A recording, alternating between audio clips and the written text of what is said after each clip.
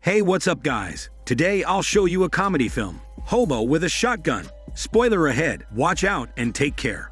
The movie begins with an old hobo hitching a ride on a train car going to a small town. The town's name is Hope, but its surroundings echo despair. Chaos rules and people are desperate.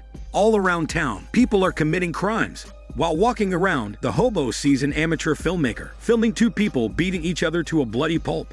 The filmmaker is paying people to degrade themselves on camera. Since the people in town are desperate to make ends meet, some of them agreed to his offer. He also offers to feature the hobo in his film, but the hobo refuses. The hobo makes his living by begging on the sidewalk. He has a dream of purchasing a lawnmower so he can mow lawns for a living instead, but in the meantime, he has to scrape together the money to buy it. He finds a spot, then notices a commotion in the middle of the street. He sees a man walking around with a pothole cover around his neck, begging for people to help him. Moments later, a car rolls to a stop in front of the man, and a man wearing a pristine white suit steps out. He is the Drake, the crime lord that rules over the town with an iron fist. The man wearing the pothole cover is his own brother. Another car rolls to a stop, and two young men wearing varsity jackets and sunglasses enter the scene. They are the Drake's sons, Ivan and Slick.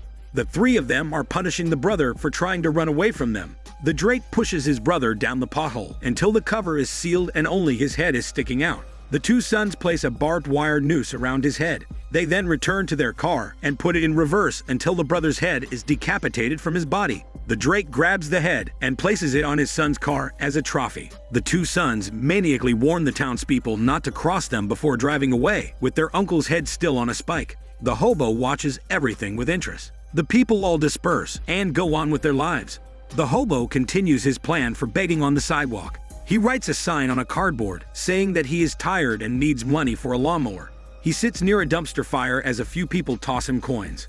Later that night, a group of punks attack another homeless man, and the hobo is forced to take shelter elsewhere. He decides to enter one of the Drake's nightclubs. Inside, the two sons and their cohorts are torturing some men creatively. They use a bumper car to inflict pain on one man, while Ivan uses a whack-a-mole hammer to crush another man's foot. Afterward, Slick tortures a high schooler who can't pay. Prostitute tries to intervene, but this only angers Slick, and he and his brother further torture the high schooler. Later on, Slick goes after the prostitute. His brother appears with a black sack and wearing a mask. The prostitute gets frightened because it appears that the sons intend to kill her after they've had their way with her. But the hobo steps out with a shotgun and threatens to harm Slick if he doesn't let go of her sexy body. He knocks out Slick with his gun and takes him to the local police station to answer for his crimes. However, the chief of police and the rest of the force are all under the Drake's thumb, so they turn on the hobo. Slick arrives with his brother, and they hold the hobo down as Slick carves a degrading word on the hobo's chest. Afterward, the policemen carry the hobo's prone body and throw him down the garbage chute. The prostitute later finds the weak hobo lying on the sidewalk. She takes him to her place and takes care of him by cleaning his wounds and giving him a shirt. The next morning, the hobo walks around the town again. He sees the filmmaker and agrees to do degrading acts on camera, like chewing glass and picking up money on the street with his mouth, just so he can have enough money for the lawnmower he wants. The hobo happily walks inside the pawn shop and is about to pay for the lawnmower when a group of armed hooligans enters the store. They threaten to kill everyone if the clerk doesn't hand over all the money in the cash register. The hobo sees a shotgun nearby, so he grabs it and shoots all the hooligans. The hobo is fed up with evil men taking advantage of the vulnerable people in town, and now he will do something about it. He curses all the men in town who feed on innocence, and he decides that since the policemen are all corrupt, he will be the one to protect the town. He decides to take the shotgun with him. First, he returns to the filmmaker and points the gun at him. He forces the filmmaker to swallow the tape of the hobo doing degrading acts. Next, he sees a pimp forcing a young teenage girl to be a prostitute. The hobo frees the girl and tells her to go home, while he threatens the pimp. The hobo then enters a dark warehouse, where a couple of bad men are holding several girls hostage. He shoots both of them as the girls scream.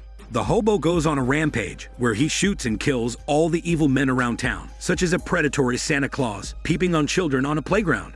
He becomes famous for being a vigilante that protects the town, and the people begin to admire and respect him. The newspapers cover all his acts with tremendous interest. However, he remains unidentified, and the people are also wondering who he really is. The hobo's popularity angers the Drake, who is currently torturing a man hanging upside down. He blames his sons, especially Slick, for letting the hobo get the best of him. Slick is the Drake's heir apparent, and it is a huge insult that the hobo was able to beat him up. So he orders his two sons to take care of the hobo and spread fear to the people, who are beginning to feel empowered because of the hobo's acts. The Drake leaves it to his sons to come up with a plan. Then he whirls around and slams a bladed baseball bat onto his prisoner's belly, opening his stomach up. In retaliation, Ivan and Slick take over a school bus full of children. They ask the children if they like homeless people, and they scream yes. In anger, the two brothers set fire to the children. They then walk inside a broadcasting station and kill the reporter on air for expressing support for the hobo. Afterward, the sons declare on air that they will hunt down each homeless person in town until they get the hobo. Chaos ensues as the townspeople chase after the homeless people and kill them. That night, the prostitute is walking home when a policeman tries to force himself on her. The hobo comes to her rescue and shoots the cop multiple times. His blood spurts and lands all over the prostitute. She screams and begs the hobo to stop shooting. They do not know that the high schooler has seen them and that he is reporting their whereabouts to the sons. They return to her apartment, and she suggests that they just escape the town. It's the hobo's dream to have a lawn mowing business of his own, and the prostitute says they can just start his business in some other town. Later, the two sons barge into the apartment. Slick goes after the prostitute in the bedroom. She grabs a broken piece of glass and cuts Slick's face with it. Meanwhile, the hobo faces off with Ivan, who is wearing ice skating shoes. He uses the sharp blades on his feet to hit the hobo, but the hobo uses his shotgun to deflect the blades. He grabs an oven toaster, and Ivan's skating blade connects with it, electrocuting him. Slick returns to the bedroom with a saw and proceeds to start slicing the prostitute's neck. Acting quickly, the hobo incapacitates Slick and shoots him in the groin, effectively castrating him. He also forces Ivan to leave at gunpoint. The dying Slick calls the Drake and tells him that he is dying. Eventually, a nearby burning school bus finishes him off. The Drake mourns his son's death. To get his revenge, he summons a deadly pair of armored mercenaries called the Plague and orders them to end the hobo. The hobo takes the prostitute to the hospital. He has a crazed look on his face, and he screams at the nurses to save her. Despite the severity of her wounds, the doctors manage to save her life. She wakes up in the hospital room a few hours later and shares a tearful goodbye with the hobo. The hobo momentarily leaves the prostitute's hospital room and visits the maternity ward. He looks at the innocent newborn babies and gives a speech encouraging them to live good, upstanding lives. The Plague arrives at the hospital like a plague doctor and slaughters all the employees who helped the hobo by hanging them from the ceiling using a spear gun. They then wait inside the prostitute's room for the hobo to walk in. They use the prostitute as a hostage and successfully capture the hobo. The prostitute decides that it's time for her to protect the hobo. She gets dressed and goes to the pawn shop for weapons. She attaches an axe to the hobo's shotgun and converts the lawnmower into a shield. She then rallies the crowd out in the streets and gives a stirring speech in defense of the homeless. The Plague drops the hobo off at a makeshift arena where the Drake is waiting. Like a showmaster, he delights in the fact that he is providing violence and entertainment to the masses. Like what he did to his brother, he places a heavy manhole cover around the hobo's neck. He then forces the Plague to fight the hobo to death. The prostitute arrives and holds Ivan hostage. At first, Ivan is confident his father will save him because he is the only son left. But the Drake decides that he never thought Ivan had the potential to be the leader anyway, so he shoots Ivan. The prostitute then takes on the Plague. She blows one of them off with a shotgun and then dismantles him with a chainsaw.